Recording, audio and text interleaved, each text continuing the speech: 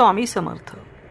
अक्कलकोट नगरीत स्वामींचे जेव्हा आगमन झाले होते तेव्हा स्वामींच्या सहवासात जवळपास अनेक अनुभव आले. प्रत्यक्ष डोळ्यांनी अनेक चमत्कार बघितले आणि जसे जसे स्वामी विविध लीला करत असे तसे तसे चोळप्पांची स्वामीचरणी श्रद्धा अधिकाधिक दृढ होत होती. आणि मग जिथे जिथे स्वामी जातील तिथे तिथे चोळप्पा जात आणि त्यामुळे चोळप्पाच्या घरातील लोकसुद्धा वैतागले होते. एके दिवशी जवळच असलेल्या बसापूर गाव या ठिकाणी स्वामींची स्वारी गेली.